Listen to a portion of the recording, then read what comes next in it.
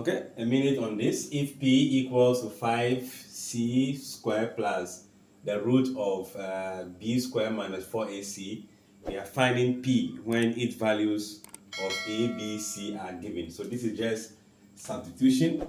So we have p equals to 5c squared, the root of this, which is the discriminant of a quadratic equation.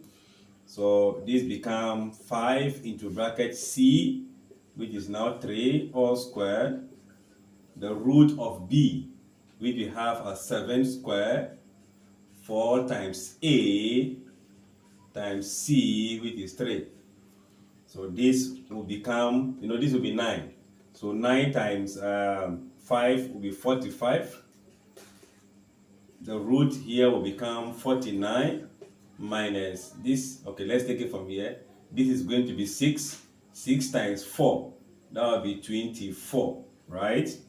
So I should be having 45 plus the root of 25. Remember, this will be giving you 45 plus or minus what? 5. That is the square root of 25. So since it's both negative and positive, we can have p to be equals to 45 plus 5, or p equals to 45 minus what? 5. So the first case should be 50, the second case should be what?